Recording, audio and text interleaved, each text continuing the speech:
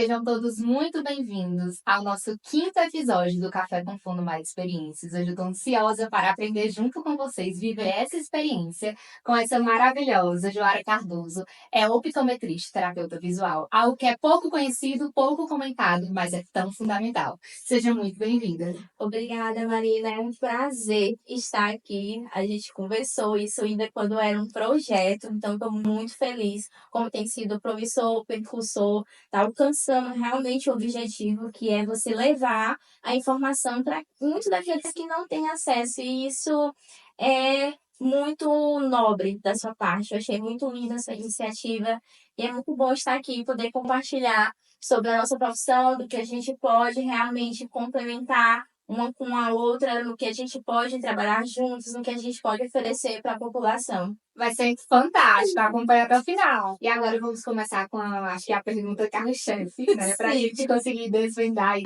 algumas dúvidas gerais, né? Explica para a gente o que é a optometria e como acontece dentro do desenvolvimento infantil, né? Qual a influência dentro do desenvolvimento infantil? Bom, primeiro, de fato, é uma dúvida recorrente. Muitos nos confundem com o outro profissional da área da saúde visual, no caso, os oftalmologistas, né? Apesar de cuidarmos do mesmo órgão, mas atribuímos a nossa tarefa em linhas diferentes, assim como a profissão entre o médico e não médico da área da saúde, não médico e da área da saúde mesmo, como eu, optometrista, como você, fono, como TO, fisioterapeuta. A optometria em si é uma ciência que se dedica ao cuidado primário da visão, né? Muitos pensam que tratamos só a questão do ver. Muitos de vocês, acredito que vocês já devem ter ido para uma avaliação e foi lá, acho que estava vendo tudo ok, pronto, é isso. Não. Nós trabalhamos com não somente com a avaliação da eficácia visual, mas também com as alterações a nível de distúrbios visuais, que são os componentes que muitas das vezes pensam. Eu vejo bem, mas eu não consigo me concentrar. Ou então eu estou lendo e não consigo acompanhar a leitura de forma adequada, eu perco as linhas. A gente avalia esses tipos de alterações, esses tipos de distúrbios também. Não somente essa questão da visão central, que seria essa porcentagem, gente, que é colocado, você já deve ter ido, você aí também está nos assistindo, fazer uma avaliação da tabela com várias letrinhas. Ali é para poder saber a quantidade de visão que você tem. Isso a gente chama de visão central, a questão da porcentagem. Só que nós trabalhamos com a eficácia visual. Como assim, Joara? Vendo toda a sua questão, desde a relação do ver bem, que é essa quantidade, que ela é a prima relacionada para as demais, mas também da gente ver alterações, distúrbios visuais e também somos habilitados, se caso houver alguma coisa dentro das patologias, não tratamos, porque não somos médicos, mas encaminhamos para o profissional responsável, que é o oftalmologista. Então, somos da mesma linha da questão do globo ocular, só que habilitações, na verdade, diferentes. Nossa, que esclarecedor. Assim, eu acredito que eu vou aprender muito junto com o pessoal de casa, né, que está nos assistindo, porque é algo que às vezes gera muitas dúvidas, né? E sua fala foi, assim, fantástica agora, porque eu acho que já esclareceu muitos questionamentos que as pessoas fazem sobre, né, o oftalmo e o optometrista. E assim, você trouxe falas interessantes, como, por exemplo, questões de atenção, questões, né? Não consegue acompanhar a linha, né? E a gente entra em outra pauta importante, a questão do aprendizado, né? Então, eu acredito que, juntamente com a fonoaudiologia, audição e visão, elas se complementam, né? Elas são Sim. complementares junto ao desenvolvimento infantil dos nossos babies, né? Até anatomicamente, né? Nós estamos se cruzando o tempo todo, a visão e a audição estão se Estamos todo cruzando tempo o tempo todo conectada. E Joara, assim, muito esclarecedor como eu pontuei, mas dentro do desenvolvimento infantil, né, que a gente fala tanto das nossas crianças e tudo, como que funciona essa sua atuação, né? Como que funciona o seu trabalho juntamente com as nossas crianças? Bom, isso é uma pergunta bem interessante, na verdade. Eu vou aqui colocar pautado dentro da minha linha de especialização. O que eu já expliquei sobre a questão da optometria em si, do que o optometrista faz, mas aí a gente tem especialidades subjacentes, que no caso, a minha linha é a questão do neurodesenvolvimento. A minha especialidade é o quê? Eu sou neurooptometrista, comportamental e terapeuta visual. Eu trabalho diretamente dessa relação entre o olho, o cérebro e o desenvolvimento. E quando é que entra essa minha participação nesse desenvolvimento? Se eu disser, Marina, que é desde a concepção, o que que acontece? Como assim, Joara? Tenta explicar um pouco pra gente. Muito se fala na questão do desenvolvimento relacionado com os 1.000 dias, não é verdade? Que é um marco importante ali que vai pegar o padrão ouro do aprendizado da criança que vai ali até os 2 anos de idade. Hoje, nos estudos mais recentes, já estão abordando a questão dos 1.100 dias, pegando também esse papel dos pais. Como que foi essa interação de como pai e mãe antes que acontecesse os 1.000 dias daquela criança? Eu vou olhar para ela e vou fazer pergunta aos pais desde o período ainda ali pré-natal, por exemplo. Muitos deles acham um pouco estranho quando eu fico fazendo perguntas que normalmente são feitas perguntas assim, por exemplo, por uma pediatra, né?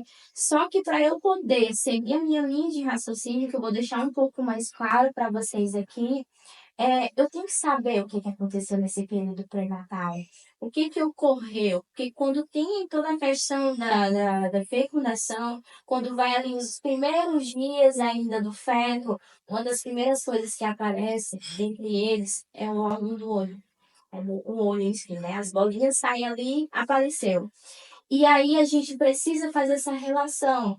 Quando tem a questão dos fatores epigenéticos, que hoje estão bem mais firmes, tanto relacionado com a função genética, é quando eu entro nessa relação dos 1.100 dias. Como foi esse período?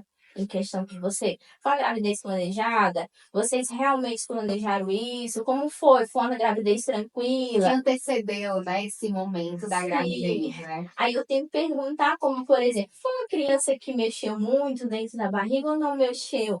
Como assim, Joara, que isso tem relação? Bom, eu vou deixar um pouco mais claro também. Mas vamos partir do princípio de a criança chegou no meu consultório. Eu tenho que saber esse período pré-natal, perinatal. É muito importante. A nível cerebral, o que acontece nesse período perinatal e como o meu trabalho, essa relação de neurodesenvolvimento, olho e cérebro, desenvolvimento visual e global, eu tenho que saber tudo o que acontece nesse período. É um conjunto de coisas essenciais, né? Sim, a criança nasceu. E aí eu preciso orientar os pais, ou até mesmo na minha anamnese, eu tenho que perguntar, certo, como foi o nascimento? Foi parto normal? Foi parto cesáreo? Elas ficam assim, sem entender. Talvez você fique tipo, nossa, tudo isso? Sim, isso tem uma influência em relação à ativação de reflexos primitivos que eu tenho que trabalhar em cima disso também, sabe? E tá tudo interligado com essa questão do desenvolvimento visual. Então a criança nasceu, ela nasce com uma visão totalmente borrada. Vamos imaginar que como se ela tivesse bastante grau. Ou então vocês que estão aí em casa, se imaginem assim, que vocês estão com os olhos abertos debaixo da água. É como se estivesse tudo muito embaçado. E isso é natural, que nos primeiros dias de vida da criança, o cérebro ele não está nem aí para a visão. A criança é totalmente motora. Então ele vai demandar funções e energias vitais na relação de como que ela tá ali na questão do colo, que ela precisa, a criança precisa de colo nesse primeiro momento, porque dentro dos padrões de desenvolvimento relacionado com o desenvolvimento global e o desenvolvimento motor e visual, nesse primeiro momento a criança ela é totalmente motora, né? Então, a questão de eu perguntar se a criança amamentou e se ela amamentou foi dos dois lados ou só de um lado. Como assim, Jara? A nossa visão é desenvolvida através de luz, através de estímulos luminosos. Então, se uma criança passa a maior parte do tempo, por exemplo, sendo amamentada só por um lado, eu posso presumir que aquela alteração que está chegando no meu consultório pode ter sido lá desde o tempo da amamentação, que teve essa privação, né? Imaginem só, vocês agora, colocando o bebê desse lado, o olhinho, a cabecinha dele, o olhinho que está aqui, não tem estímulo visual. Só o daqui está tendo. E lembra que eu falei para vocês que no primeiro momento é tudo muito borrado? Certo. Através desses estímulos visuais que vai trazer, eh, ali dentro das porções da retina, gente, que é uma parte do nosso globo ocular, que é totalmente sensorial, que é voltada realmente para o cérebro, precisa fazer uma depressão. E nisso que é feita essa depressão, é onde está a nossa informação de nitidez, é o que a gente consegue ver. É onde que, dentro dos primeiros dias, até o 2 meses e meio, 3 no máximo, ainda estava muito borrado. Só que imagine só, 60 dias é muito rápido na questão de desenvolvimento visual. Dessa questão de você ver totalmente borrado, para poder começar a ficar nítido, é muito rápido. E o que pode acontecer nesse intervalo? Se a criança ela não tiver em sua maestria, se ela não tiver com nada realmente bloqueando essa entrada da luz para poder estimular a visão, seja na amamentação, Nossa. seja no dia a dia, seja com alguma alteração a nível anatômico que pode o quê? Ser uma catarata, muito conhecida, pode ser a questão do retinoblastoma, que ficou muito conhecido, não foi pela filha do Tiago, as pessoas ficaram bem mais atentas depois disso. Então, a gente trabalha desde desse período. É muito importante que a gente faça esse acompanhamento, porque nos 3 meses a criança já precisa ter uma visão mais aguçada é quando ela tá lá no colo da mãe e ela consegue perceber o rosto da mãe, ela fica mais visualizando o rostinho da mãe. O que que acontece? Não sei, nós aqui ainda não, né? Mas você que está aí nos assistindo, quando tem filho, que os olhinhos são meio vagos ainda. Por que O olhar mais, né? mais perdido, entendeu? Mas o que que acontece? É exatamente isso, não tem nitidez. O cérebro ele não foca relacionado a isso, porque ainda não precisa trabalhar nessa complexidade. É totalmente motor ainda. E aí, a partir que essa visão vai ficando mais refinada, que vai tendo esses repertórios, ela começa a identificar as imagens. Tá ali na amamentação, quando ela começa a descobrir que tem os dedinhos, quer trazer a mãozinha mais para perto do rosto, né? Então, assim, tudo isso tem que acontecer, essa visão melhor até os 3 meses. Eu acredito que isso aconteça com você também, não só como eu, como profissional da visão, mas deixam para nos procurar quando o problema é muito evidente. Sendo que, quando a gente fala de desenvolvimento, a gente tem que acompanhar esses marcos de desenvolvimento Desde lá da base, do início, né? desde o início. Por isso, esse é um dos motivos, né, Joara, da gente poder se reunir, poder conversar e trazer informações para as famílias. Por quê? Porque a informação ela muda. Muda o pensamento, ela muda a forma que a mãe vai observar aquilo na filha, e aí ela muda a perspectiva de vida das nossas crianças, né? Então eu acredito que essas suas considerações são extremamente válidas, muito bem colocado, né? Assim, até eu fico assim muito feliz, porque é algo que a gente consegue escutar e compreender muito bem diante do tema que você está abordando, né? Então acredito que de fato vai contribuir muito para as nossas famílias. Ai, que bom. E ainda continuando nessa parte do desenvolvimento visual, que está ligado com o desenvolvimento infantil, imaginem só. Se a gente precisa desse marco de quantidade de visão, de fixação, que é o que a gente precisa nesse primeiro momento, não acontece. Como que vai guiar todo o resto? Como a criança vai localizar as coisas? Como que vai acontecer esse processo do olhinho dela não ficar mais vago? Esse desenvolvimento, esse marco nesse desenvolvimento visual, ele precisa acontecer de forma adequada. E se tiver algo que o bloqueie nesse período, a gente tem como intervir se essa criança chega até nós antes disso, entende? Quando a gente vê algo que está interrompendo a nível anatômico ou estrutural, aí eu tenho que mandar para o outro colega, que é o colega oftalmologista, porque é a parte dele. Mas se não for resolvida essa parte, eu não consigo estimular ou acompanhar o desenvolvimento dessa criança de forma adequada. Quando chega o paciente para mim, eu tenho que saber tudo o que aconteceu desde esse período. Aí, Marina, fica melhor. Depois, precisa de 6 meses. Até os 6 meses, esse acompanhamento bem fiel também, que é onde a gente presume que toda essa parte de organização, de nitidez, mas agora também os dois olhinhos, eles estão no mesmo lugar. Muito se fala de uma criança que tem um bracinho maior do que o outro, ou uma perna está crescendo maior do que a outra. Sempre estão preocupadas com essa Estrutura, assim, assimetria né? estrutural mais evidente. Mas os olhos, eles têm que estar desenvolvendo e ficando no mesmo lugar simultaneamente, assim como os outros sentidos. E Nossa, compreende? você falou, é algo real, né? A gente pensa muito nessas outras estruturas do corpo, Sim, né? Que é algo mais que a gente já e tem como mais atenção. exatamente, como não é algo tão palpável no sentido visual, como que uma criança vai relatar que não tá ok?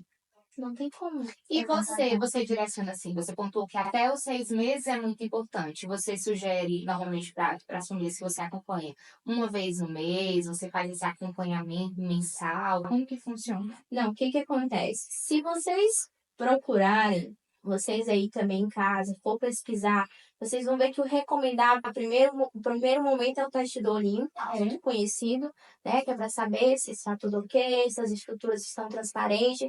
Por que que ela tem que estar transparente? Para entrar exatamente essa luz que eu A acabei de luz? falar para poder estimular. Perfeito. E aí, o outro momento que eles pedem é a partir dos 6 meses. Se vocês clicarem no Google normal, vai ser a partir de 6 meses. Mas se forem uma coisa mais aprofundada, livros relacionados, artigos científicos relacionados, tem que ser desde o nascimento. Desde o teste do olhinho, tem esse marco importante até os 3 meses de vida, precisa levar ao profissional optometrista comportamental para ele poder avaliar se não tem nada bloqueando e para avaliar se esse marco do desenvolvimento visual está acontecendo, para quando for nos 6 meses, que conseguir outras habilidades visuais a nível binocular, que são 2 olhos a nível binoculares, para eles trabalharem em sinergia, tem que estar ok. Porque 6 meses a gente já consegue avaliar um bebê com todas as suas funções.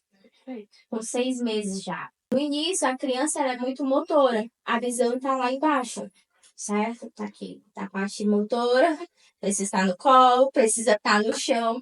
Muito se falado no tummy time hoje em dia, Sim. né? Mas é isso, a criança precisa de chão, gente. Ela precisa ter essa noção corporal. Ela precisa saber onde ela está localizada. Ela precisa trabalhar a questão da centralização, antigravidade, que é os 4 círculos que eu trabalho dentro do consultório, por exemplo, dentro de uma filosofia de o doutor Skeffton, que é a linha da comportamental, antigravidade, centralização, linguagem.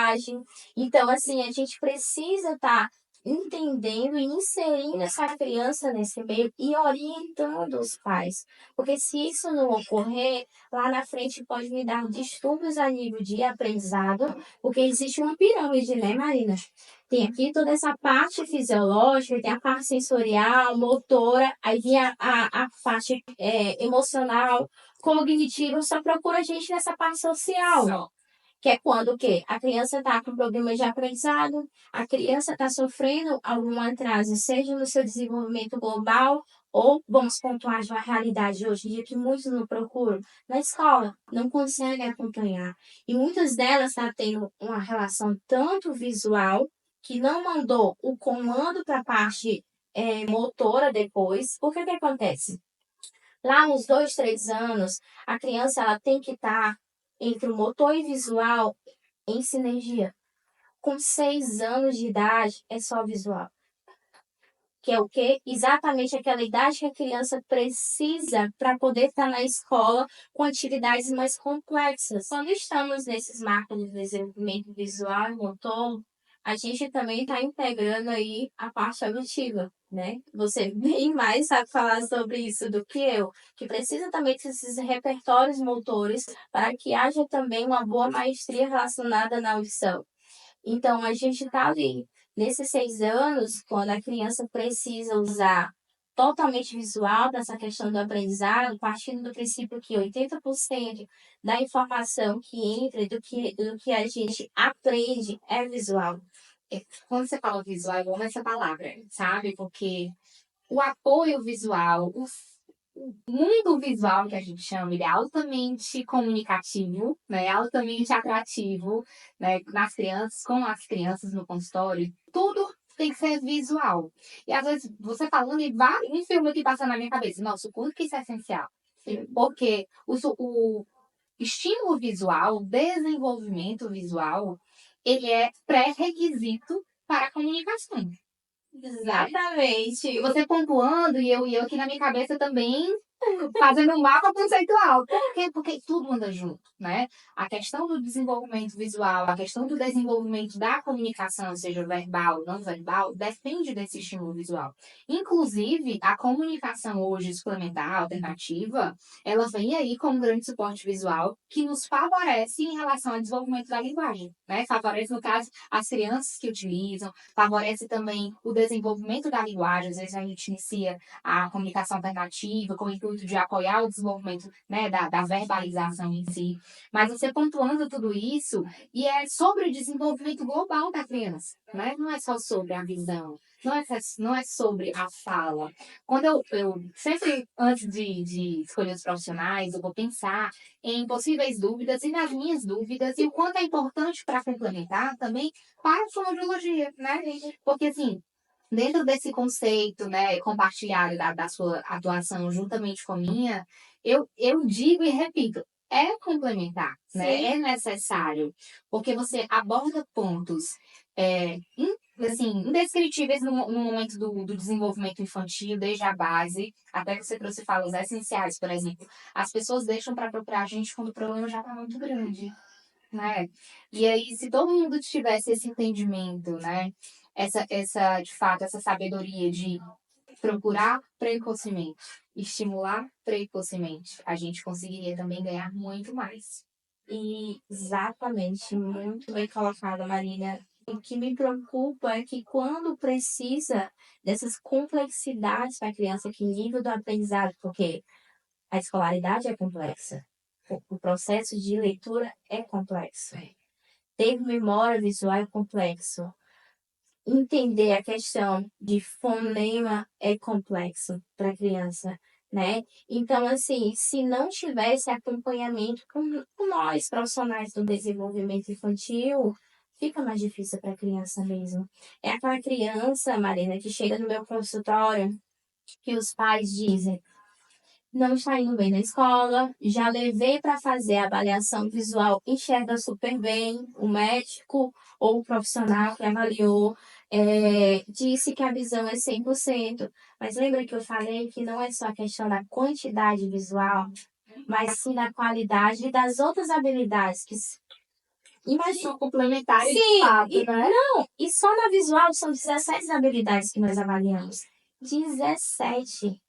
É muita. Então, a acuidade visual, gente, que essa quantidade visual que eu expliquei, ela é a porta de entrada. Ela tem que estar ok. Se ela não tiver ok, o resto todo não fica. O que explica, então, Marina, aquela criança que você tá lá no seu rastreio e tudo, e você diz, não, preciso ver como é que tá a visão dela. Manda para um profissional, diz, não precisa usar óculos e tal, mas continua tendo dificuldade.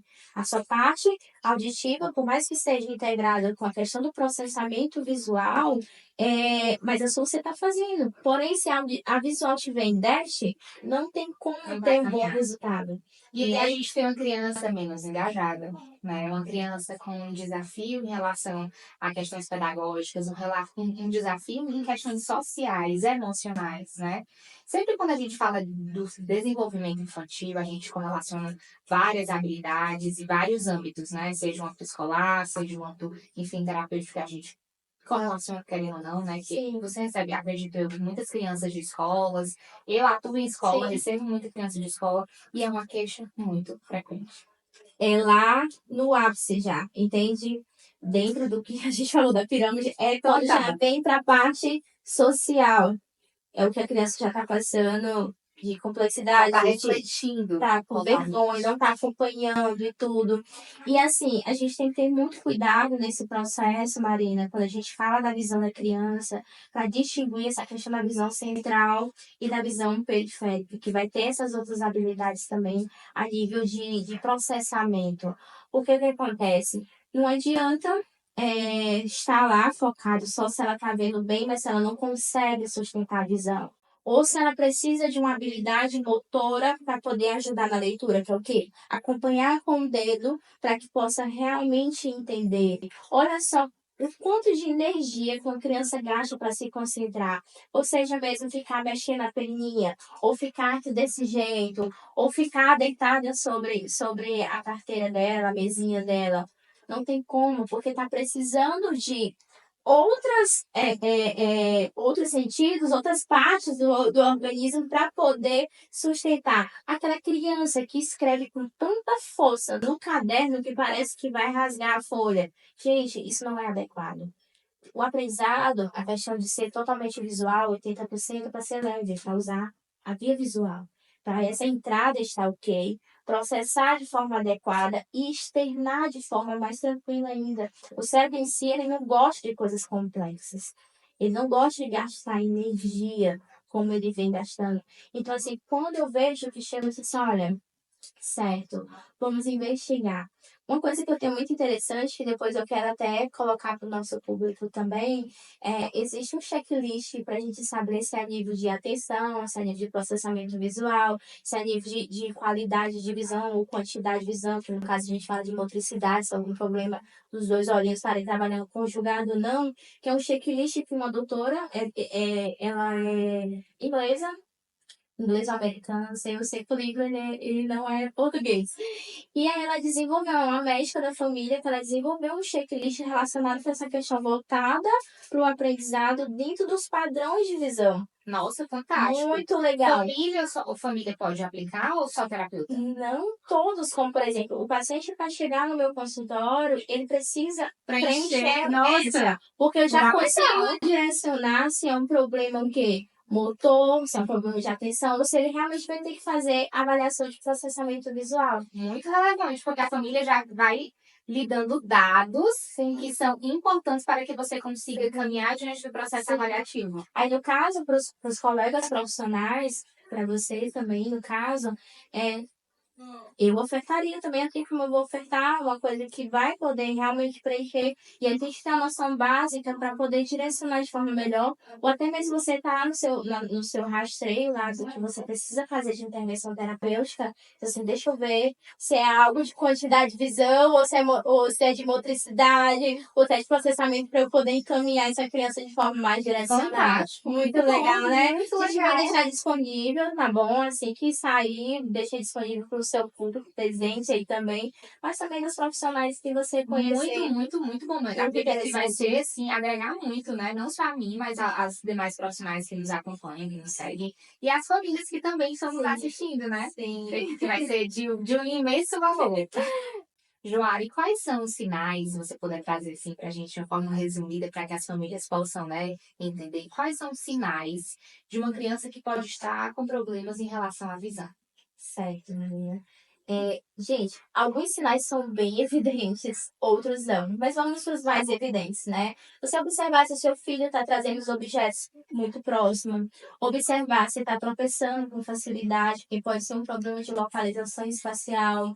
Observar se a professora vem reclamando que ele não está conseguindo tirar a letra do quadro. Ou se ele está lá fazendo a atividadezinha dele da escola em casa e os olhos começam a lacrimejar, ficar vermelho, começa a coçar.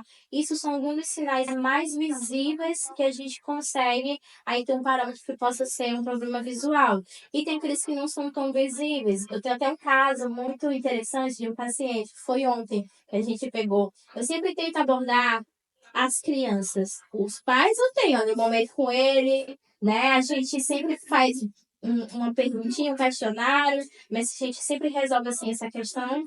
E aí eu já sei mais ou menos o que, que eu preciso tratar com aquela criança. Eu tenho a parte da anamnese com os pais, mas depois toda a minha atenção é totalmente para a criança. E eu perguntei para ele, né? Eu disse assim, sua mãe me falou que você tem muita sensibilidade com a luz. Mas é uma sensibilidade que eu fiquei curiosa, porque a mãe dele disse que é a nível de incomodar mesmo, como se ele se sentisse dor. Entende? E aí ele estava tendo comportamentos atípicos relacionados à luz, seja no quarto, não poderia ter brecha de nada de luz, e até mesmo quando ela ia acordá-lo pela manhã, ela tinha que acordar com cautela, tudo muito escuro, até ela ir preparando ele emocionalmente para poder realmente acordar. Então era algo realmente bem delicado, né? Exatamente. E quando a gente vai ver a nível visual, muitos pensam assim, ah, é astigmatismo, sensibilidade à luz. Não, não é.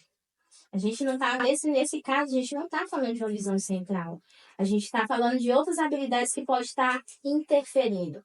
E dentro do que a gente olha para uma criança dessa, que não são tão óbvios, mas ela falando, eu vou conseguir compreendê-la, ali eu vi que tinha um desequilíbrio entre duas vias que são super importantes que a gente fala, que é a via magno-celular, que é a via cardio-celular. Então, como essa questão de informação para ele não consegue inibir, não tem esse controle, porque a gente precisa fundamentar esses controles de excitatórios e inibitórios. E quando a criança não tem essa regulação, isso chega realmente a incomodá-la e ela consegue ter movimentos estereotipados. Então, tipo, tá me incomodando, então, tipo assim, não quer, fica realmente com aversão, mas é porque tá tendo esse desequilíbrio. E aí a gente ouvindo bem e dentro da avaliação que eu faço, dentro do que a optometria consegue fazer, a gente diz ali o que está acontecendo dentro dessa alteração. O que é, que informação que ele está tendo e que informação que ele não está tendo, que ele não está conseguindo processar e externar de forma tranquila. Está tirando, está mexendo com a qualidade de vida da criança. Então, não é óculos. Ele tem o quê? Mais 0,25. Isso pra a gente não passa um óculos para uma criança nessa idade, com essa dioptria, sem nenhuma outra alteração que seja a nível, tipo, de qualidade visual, dele sustentar a visão. Não, ele não precisa desse óculos. Porém, a gente faz uma avaliação que precise de uma lente adequada. Então, nem tudo vai ser a questão do grau em si. Eu preciso compreender o que está acontecendo nesse equilíbrio, esse desequilíbrio. Eu preciso compreender se essa criança ela consegue olhar essa garrafa nessa distância, ou se as experiências que ela teve, lembra desde o início, que se ela não engateou, por exemplo, ela não vai ter um bom equilíbrio entre localização espacial ou do foco, porque a criança, quando ela está com as mãozinhas para frente, dois pezinhos para trás, ela vai ver um objeto mais próximo e vai gostar. E a mãe pega e coloca um objeto mais longe, que é para poder estimular o engateio. Ela está fazendo o quê? Um cálculo de distância. Ela está fazendo o focar e o relaxar, mas também ela foca de longe depois. E isso vai fazendo essa alimentação entre o visual, do que está se observando, e o motor do que ela está andando. Se essa etapa é pulada, Marina, sabe o que, que vai acontecer? É uma criança que vai ter uma predisposição mais lá na frente de ter alteração a nível de coordenação binocular, ou a nível visual, ou até mesmo do aprendizado. Essa questão da lateralidade, por exemplo, se ela não acontecer esses processos dentro dos macro desenvolvimento, junto com a visão, vai trazer tudo isso. E se a criança que não teve repertório de experiências motoras, visuais, auditivas, ela não consegue equilibrar o seu sistema nervoso relacionado ao quê? Os processos excitatórios e inibitórios. É aquela criança que você vai pegar, Marília, dentro do seu consultório, e vai dizer assim, na escola, ele tá aqui, ele tenta escrever, mas ele não se aquieta, ele levanta, E um processo de agitação. um processo de agitação, porque tudo isso aqui, ó, distrai ele. Ele não consegue inibir, deixar isso de lado. Eu e você estamos aqui. Tem essa luz, a gente está com esse microfone, né? A gente está com Os os bastidores também. aqui, mas eu e você estamos conversando. A gente não está olhando para lá, a gente não está se distraindo com alguma tocada, porque a gente tem esse equilíbrio. Agora você imagina uma criança que ela não consegue construir essas experiências, ou então esses mapas espaciais para ela, ela não consegue inibir essa relação. Tem que ter esse equilíbrio entre esses processos excitatórios e inibitórios, porque quando a criança está lá sentada na sua mesinha, ela tem que estar prestando atenção no que o professor está falando, no que ela está escrevendo, no coleguinha que está se mexendo do lado, alguém que gritou e tudo. Então, assim, para ela bloquear tudo isso, isso tem que estar ok. que isso precisa ser sustentável, né? Exatamente, E você exatamente. contou sobre isso, não sei se você consegue também trazer informações para as pessoas que estão nos assistindo. Quando a gente fala, eu lá na clínica, né? Muitas vezes eu avalio essa questão do contato visual, né? Muitas vezes não, todas as vezes eu avalio essa questão do contato visual. Reforço muito para as famílias, por exemplo. Tem pacientes que eu trabalho em programa de contato visual. Por quê? Porque eu preciso, tem paciente que olha. Quando a gente fala do contato visual, a gente pensa que é o olho, bateu, é o olhar, é o flash, né? As mães às vezes até imaginam, mas por que você vai trabalhar o contato visual? Gente, o contato visual ela precisa de uma sustentação, ele precisa de uma conexão. Por quê? Porque eu preciso que a criança olhe para mim, que ela faça a triangulação do olhar, que ela olhe para a minha boca e que ela consiga ter um modelo de fala que eu estou entregando a ela. Perfeito. Então, o contato visual não é só o flash, bater o olho, né? É a sustentação. É a sustentação, de fato, é uma habilidade pré-requisito para o desenvolvimento da linguagem, da comunicação, e eu diria para tudo, né? Você pontuando sobre a questão da visão, e você falou agora dessa sustentação e me veio essa lembrança. Eu acho que é isso, a gente vai conversando, vai caindo, tipo, isso faz sentido. Então, tipo, E legal. é algo que eu passo por muitas situações de questionamento, mas por que vai ser trabalhado em contato visual?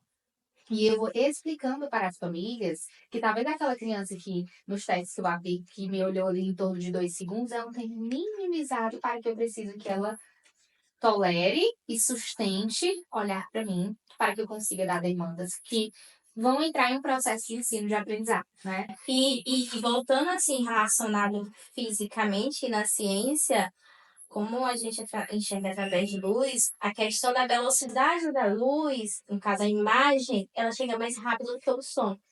Então, precisa que a criança tenha esse contato visual mesmo para poder conseguir acompanhar. Ah, Jara, já que é bem depois que esse som chega, como é que eles conseguem? Gente, nosso processo adaptativo cerebral é incrível, entendeu? Mas a questão da luz, a imagem, ela chega mais rápido e acompanhada depois, consequentemente, auditivo. Joara, você trouxe uma fala fundamental, que eu utilizo muito, né, com as minhas famílias. A questão a imagem, a percepção visual, ela chega primeiro que o som. Sim. E o quanto que o suporte visual, o estímulo visual, o recurso visual, ele é importante para a criança.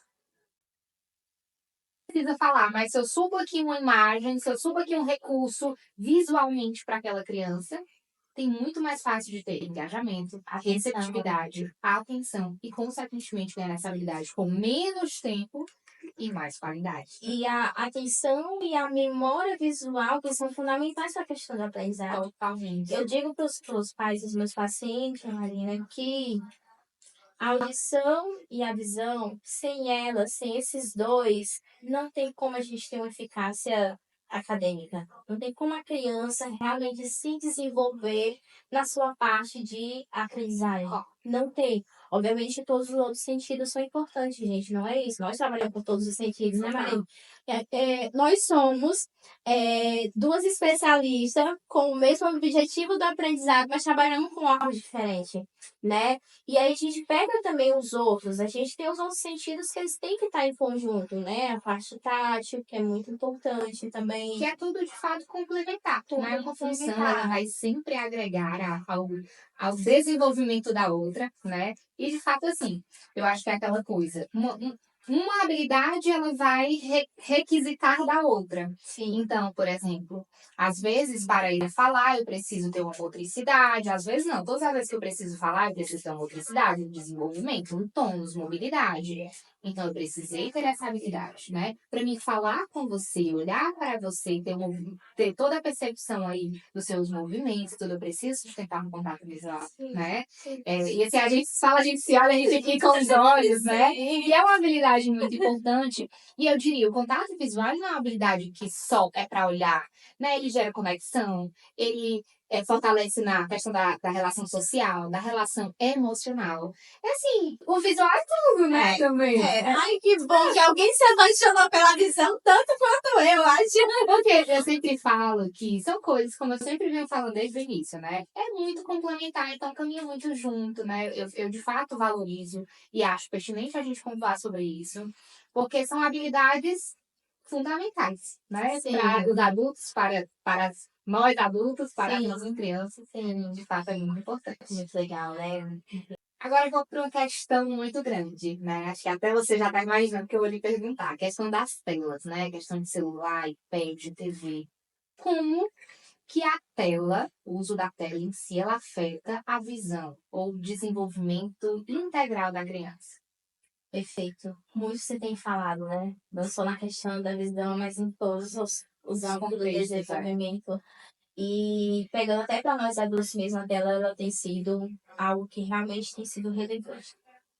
Então, eu vi uma frase, Marina, que eu achei muito interessante, que fala assim, que o problema não é a tela em si, é o que elas podem roubar das crianças. Nossa, fantástico. Muito real, né? Muito real. Vai roubar a atenção, a criatividade, o dinamismo, a questão da socialização.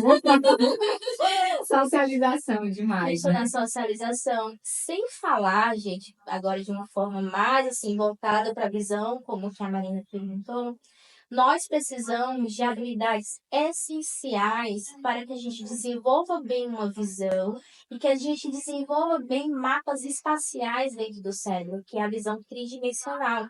E o celular, ele não nos dá essa oportunidade, porque tá aqui a tela, o movimento é na tela e tudo tal, mas o ser mesmo está estático. Nós precisamos desse contato mesmo Dessa mobilidade que você dessa fala, né? mobilidade, a gente tem que fazer tarefas ao ar livre. É de graça, tá aí. A gente pode andar ao ar livre, brincar, ter experiências mesmo a nível externo, natural e tudo, mas não, a gente tá aqui e quando a gente fala dessa visão que tá vindo para a parte bidimensional, dessa parte estática, só ali do movimento, a gente tá tirando todas essas outras habilidades. E tirando, desculpa te interromper, mas Pode necessário, falar. tirando as oportunidades, né? Porque quando a criança ela tá no celular, ela tá só no celular, né? Ela não tá brincando com outra criança, ela não tá compartilhando, ela não tá aprendendo, ela não tá errando para desenvolver resolução de problemas, né? Ela não tá comunicando, ela não tá falando, porque esse celular não tem comunicação. Porque a comunicação ela existe quando tem mútuo ali, uma informação que ela vai e que ela volta, o processo de simetria. Então, você pontuou necessariamente algo fantástico, porque envolve habilidade, perdas de habilidades. É o deixar de ganhar, você perde. Sim, né? Então, o reflexo das telas hoje no desenvolvimento infantil e na nossa vida em si, ela reflete de uma forma que a gente precisa ponderar esse uso. Eu, Marina, utilizo muito, né? A gente, enfim, é o trabalho, a gente. Mas às vezes eu não quero nem olhar, eu cansada. Meu Deus do céu, eu quero problema com o celular, Marina, eu já quase não uso. O pessoal fica tipo, meu Deus, tu não responde, não sei o quê. Eu sou péssima de celular. Péssima, né? Tem essa questão do trabalho, ainda bem que tem uma pessoa para me ajudar em relação a isso, mas o tempo que eu fiquei sem, que tudo que eu tinha que resolver, assim, gente, não sabe como é que pode? Tipo, eu realmente consegui me desligar assim. Temos algumas questões mais palpáveis que afetam a visão, a criança ela vai estar com fadiga ocular, lacrimejamento, o olhinho vai ficar vermelho, pode desenvolver a síndrome do olho seco, né? Porque tá ali, esquece de piscar. Exatamente. Elas ficam realmente vidradas, né? Esquece de piscar e tá ali, começa a lacrimejar e tudo, porque é exatamente uma resposta involuntária, porque aquele olho tá seco, ele não tá fazendo o papel dele adequado. E, Joara, assim, dentro do desenvolvimento, né? Dentro do que a OMS recomenda, como que você pode trazer as informações para a gente do uso recomendado para a criança ser exposta a essas telas? Existe uma idade mínima recomendada para que a criança seja exposta ao uso do celular, do tablet, enfim, da TV? Existe, Marina. Eu acho que é um único ponto onde todas as associações pediátricas concordam, elas concordam que é exatamente até os 2 anos, zero telas. Joara, mas por que até os 2 anos zero telas? Lembra que a gente falou no início da conversa, gente, os 1.000 dias, que é o ouro do desenvolvimento mesmo. Então, até lá, se tiver alguma intercorrência, vamos dizer assim, ou se tiver algo que roube esse padrão ouro de aprendizado da criança, pode mudar todo o resto do percurso do desenvolvimento visual É dela. o momento do desenvolvimento, eu acho que é fidedigno ao real desenvolvimento, desse processo de desenvolvimento. Que é o momento que acontece mais conexões neurais, é o momento esponjinha da criança, tudo que ela tá ganhando, ela tá absorvendo, ela vai. Ela tá naquela fase de andar muito, de correr, Total, né? tá Desenvolvendo o ápice explorando. da linguagem, né? O Sim. momento ápice da linguagem. Então, assim, a Organização Mundial da Saúde, a Sociedade Brasileira de Pediatria, de fato, elas entram no consenso sobre esse processo de indicação zero tela aos 2 anos, mas eu acho que é muito desconsiderado, descredibilizado pelas famílias, né? Ainda. Ainda, infelizmente, porque a gente fala o tempo inteiro sobre as telas, é um assunto muito comum, mas não tem relevância, a verdade é essa. Eu sinto isso, né? Eu pego crianças ali de 11 meses que já tem um iPad, que tal, né? Então, assim, eu E entendo. até pra gente entrar nessa conversa, né, que a mãe tá dando ali o celular ou a tela, é complicado pra gente também. A gente entende, E era tenta isso que eu ia entender pontuar. a questão da rotina, da a gente respeita e tudo tal, mas a gente sempre deve trazer, sim, essa conscientização. Assim, nós, enquanto profissionais, a gente precisa conversar sobre com vocês e a gente precisa sinalizar que não tá tudo bem a criança usar a tela, né? Independente da idade, o tanto que ela é exposta, porque existe uma idade determinada, 0 a 2 anos, zero tela, de 0 a 2 anos, zero telas, né? De 2 a 4 anos, tem a indicação de 1 hora, se não me Isso. engano. Eu tenho até um material aqui, um artigo, deixa eu conferir. Exatamente, ó, de 2 a 5 anos, a indicação é 1 hora por dia. De 6 a 10 anos, a indicação é 2 horas no máximo por Sim. dia. Gente, a exposição ela ultrapassa todos os limites, né? E quando a gente fala sobre a criança ser exposta demais, e eu sempre falo, e eu apoio todas as famílias, a gente tem que a vida é corrida, que nem sempre dá, mas a gente também tem que tentar reduzir esses traumas, né? Esses prejuízos que a tela traz. Então, eu acredito que precisa ser também um conteúdo supervisionado, Sim. selecionado, né? Ter mais atenção ao tempo também que a criança está ali, né, exposta.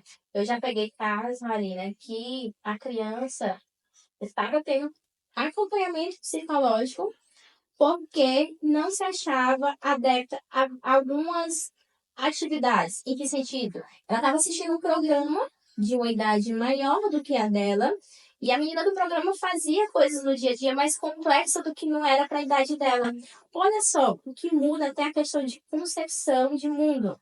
A criança está se sentindo inferior porque não conseguia acompanhar as atividades da menina que ela assistia no YouTube. Então, além de todos esses prejuízos, vamos falar assim, esses reflexos também, ainda tem isso, essa parte emocional de uma criança. Ela É muito complexo isso, né? é muito complexo. A gente comprou, né, Gleice? A gente comprou uns celulares em formato de celular, mas são brinquedos para poder dar para a criança, juntamente com um kit de treinamento visual para casa, para a gente tentar aí sempre tirar. E a maioria dos meus problemas visuais que eu pego no consultório também, Marina, é telas. Essa semana a gente teve o retorno de uma paciente que eu passei a intervenção para ela 30 dias, ela já não apresentava mais o desvio ocular. Porque a criança estava estressando tanto o sistema visual dela aqui de perto que o olhinho entrou, certo? Então gerou o estrabismo. E aí eu fui ver e fizemos toda a avaliação das habilidades 30 dias, zero telas para ela. Uma criança de 4 anos estava com o sistema visual estressado. A visão de mundo dali, quando a gente está falando desse sistema visual estressado, a gente está falando de uma conotação voltada para dentro dos problemas de motricidade ocular, que está muito voltado à questão de localização espacial. 1% só é patológico quando você vê uma criança com o olho estrábico. Todo o resto é problema de localização espacial. Uma criança dessa, por exemplo, que ela está com a tela o tempo todo, muito próxima, os mapas espaciais da mente dela está condicionado como se as imagens fossem o tempo todo próximas. Então, vai mandar um comando sensorial e depois um comando motor. Vai estar próximo, o cérebro vai entender. Tipo, isso aqui é imutável, esse microfone. Mas a memória visual, os mapas espaciais dessa criança acha que essa imagem está mais aqui. Então, vai condicionar a parte motora para que aproxime mais. Aí o olhinho entra, ou então o olhinho sai. E quando a gente fala desses hábitos visuais, a gente está falando nada mais nada menos do que esse problema de localização espacial que está sendo um grande porcentagem dos estrabismos hoje em dia. Que fala necessária. Joara, quais são as recomendações para terapeutas, mães, pais, né, família no geral e educadores em relação à iluminação de cores nos ambientes em que as crianças atípicas frequentam? Uma boa pergunta. Muito bem pensado. Porque eles perguntam logo, mas o ambiente, a iluminação, né? Meu filho é autista, como que isso interfere no processo de desenvolvimento de agitação ou de calmaria? Não sei. Você vai me dizer agora, né, a maravilhosa? Bom, a luz, a cor da luz emitida, ela se gera um comportamento em nós, certo? Eu vou dar um exemplo que eu gosto sempre de dar nas minhas aulas. Você que já teve a oportunidade de viajar de avião, por exemplo. Todas as companhias, quando você vai entrar em decolagem, a luz fica azul. Pode ser a companhia azul, Latam, Gol, Tudo é azul, né? tudo azul. Fica azul, porque ela emite essa questão da calmaria, né? Ela trabalha diretamente, são comprimentos de ondas frias, que vai trabalhar diretamente nessa questão de trazer a sensação de calmaria, porque a pessoa vai prestar ali a uma decolagem. E vocês podem perceber que quando a gente está pousando, as luzes que ficam são um vermelhinho mais suave ou laranja. Já é para deixar a pessoa em estado de alerta, né? Isso pegando a parte visual, eles mexem também com a parte de sensibilidade, a questão do frio. Quando você vai subir, fica bem mais friozinho, que é para todo mundo ficar quietinho. E quando vocês vão decolar, eles mudam a temperatura, que é para se agitar ali, para começar a sair do avião. Então, somos seres o tempo todo que estamos respondendo a estimulações sensoriais. E nessa parte visual, a luz, ela tem uma incidência, um papel realmente importante. No atípico, por exemplo, a gente tem que condicionar o ambiente adequado para cada criança. Qual tipo de sensibilidade que ele Que ela tem, recepciona. que ela também, né? recepciona. Porque, por exemplo, eu tenho um paciente que ele não se dá bem com a cor azul, ou com a cor verde, desculpa, com a cor verde. Entende? Para mim foi tipo assim, foi fora do padrão do que eu reconheço. Então é bom, primeiramente, você saber o que que se adequa melhor para aquela criança, entendê-la. Eu acredito muito que a gente deve ouvir nossas crianças. Você vê muitos, tipo, acham que a criança não tá falando a verdade, enfim, elas estão falando a verdade. Elas estão querendo dizer da maneira delas, seja de comportamento Sinalizar. hiperativo, seja de um comportamento mais retraído, mas elas querem sinalizar. Então, o que que eu indico? Vocês apostarem, vocês pais, terapeutas, apostar em um ambiente mais harmonioso, não com tanta também informação de poluição, porque essa questão da memória figura fundo, na verdade, para a criança atípica ela é também bem relevante, mas a iluminação mais adequada, tons mais neutros, luzinha mais fria mesmo, nada dessas cores mais quentes, essa amarelo, vermelho e tudo, sempre organizar o ambiente da criança o mais propício para que leve ela a essa calmaria. Então, tons mais frios e também os tons mais pastéis. Não, foi ótimo você pontuar sobre isso, porque eu acredito que a gente também tem as particularidades de cada criança, né? Sim. Por exemplo, no consultório. Eu sempre tento criar um ambiente acolhedor e tranquilo para aquela criança. Né? A iluminação, eu percebo que também influencia nesse processo. Por exemplo, eu tenho um paciente que gosta da sala um pouquinho mais escura, então ele já chega lá e ó, pá, eu disse, tudo bem, porque ele acha que tá confortável para ele, então tá confortável para mim. Você contou sobre a luz adequada para cada criança, e eu acho que é isso mesmo, né?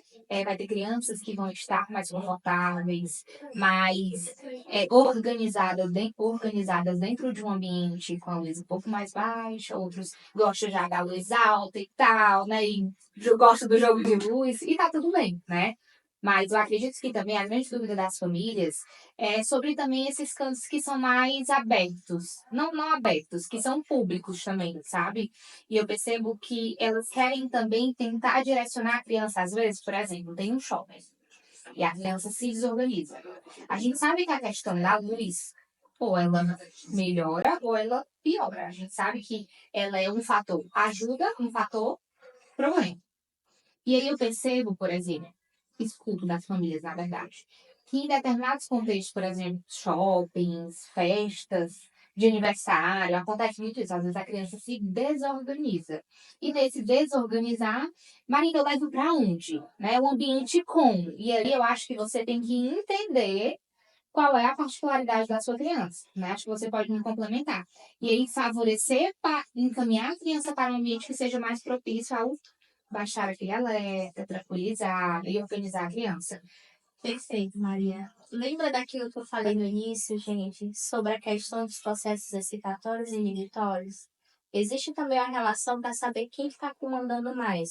Se é uma via a nível magno, que a gente chama, que tem essa estimulação mais externa, do que uma via central. Então, a gente conseguir olhar para uma criança dessas, que você acabou de dizer, que chega, já apaga a luz e tanto. A gente consegue fazer ferramentas que ajudem a organizar mais esse processo dela, que não somente com a questão dessa luz que a gente pode incidir por uma lâmpada, por um LED ou algo do tipo, mas dentro da nossa formação, por exemplo, tem uma especialidade que se chama fototerapia sintônicas, que vai trabalhar diretamente a nível córtex, a nível sistema nervoso central, comprimentos de ondas que sejam relevantes para aquilo que precisa no momento.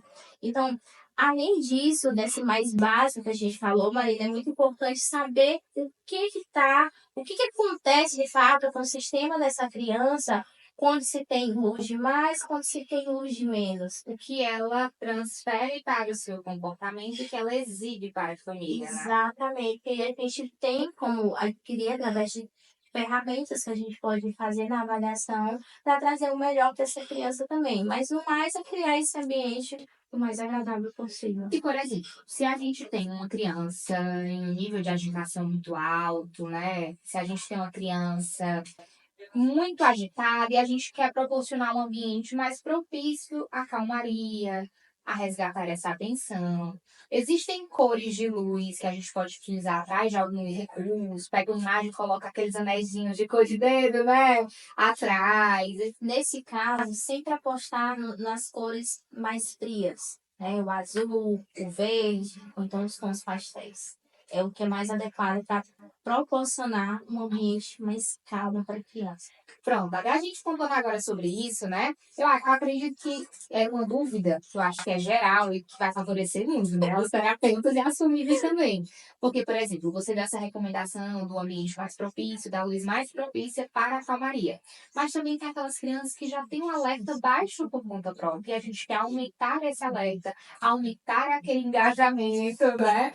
É ao contrário, por exemplo, a luz vermelha, a luz laranja. Sim, é sempre recomendável que use cores mais quentes, no caso, né? Cores mais vibrantes também. Então, você sempre pode encontrar recursos que tenha o tom mais avermelhadinho, o laranja, ou muitos delas ficam mesclando entre as cores, que eu acho bem interessante. Fica ali entre o disparo do vermelho, azul, vermelho, azul, vermelho, azul. Prende a atenção dessa criança. Mas eu entendi, tipo, como se fosse um jogo de luz. Isso. Só que assim, é tudo misturando. Eu vou te mostrar, depois é bem legal. Ele fica ativando o vermelho e o amarelo tudo junto, como se fosse a mistura. Não é tipo primeiro o vermelho e depois o azul, não. É tudo junto. E isso traz atenção. As cores quentes, ela prende mais a atenção da criança. Inclusive, eu não sei se você já percebeu, levando agora para o nível de estimulação visual, por exemplo. Muito se vê recursos do bebê ali preto e branco. Mas depois você percebe que a estimulação sempre feita com vermelho, sempre cores mais vibrantes, entendeu? Então tudo tem um princípio realmente, porque o comprimento das luzes quentes, ela chega mais rápido na retina. Então ela dá um boom. É, Isso, eu já vivenciei isso na prática, sabe? Eu tenho um paciente que eu costumo utilizar cards e eu coloco anexo na parede, né? Com velcro e tudo. E ele eu tirei, trouxe para próximo a mim, né? Porque eu sempre dou o modelo da minha boca. Utilizei a luzinha vermelha, laranja dos bastidores, até acompanhou. Ele mudou total a resposta dele. Tipo assim, ele direcionou a atenção, ele focou mais, ele estava mais engajado. Porque ele parou, ele ficou olhando ali para a luz e eu fazendo a sequência da boca e ele fazendo também. A Lara, nossa, Marina! Eu falei, olha que legal, né? Lembra que eu falei que depois é o visual que manda o comando para todo o resto? Então, se ali a partir dos 6 é o visual, é visual. Então, se tem esse estímulo realmente para poder prender atenção, para poder fazer, vai ter bons resultados. Muito legal. Bom, muito feliz, Marina, por ter participado do seu quadro. Como eu falei no início, né, muito linda a ideia de chegar essa informação a todas as famílias, outros profissionais que não fazem nem ideia do que exatamente nós atuamos e podemos nos complementar. Eu gostaria de agradecer mais uma vez, tá? Gostaria de agradecer vocês que estão aí por nos escutar até o final.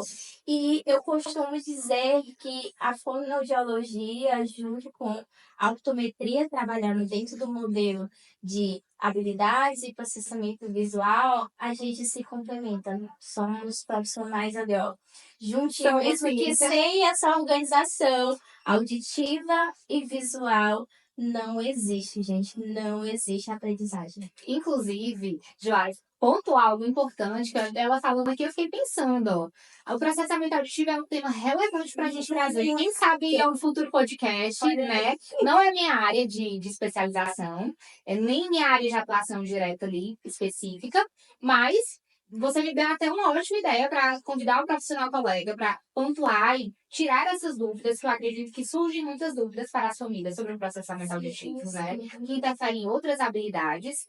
Boa ideia, viu? Gostei. Bom, a ideia do PAC é muito legal, porque é exatamente isso, não só a questão da qualidade ou da quantidade auditiva, mas dentro do processamento auditivo também, que é o que eu faço, só que o processamento visual. Totalmente, assim, olha aí, ó. Quem sabe um novo episódio pela frente, viu? Mas, gente, finalizando, agradecendo pela atenção de vocês, né? Por viver mais uma experiência comigo, com Joara. Obrigada por você que ficou até o final, né? Muito obrigada de verdade por sua atenção. Inscreva-se no canal, acompanhe os próximos episódios. E qualquer coisa, dúvidas, ó, comentários, eu e Joara vamos responder. Tchau, tchau, gente. Tchau. Obrigada.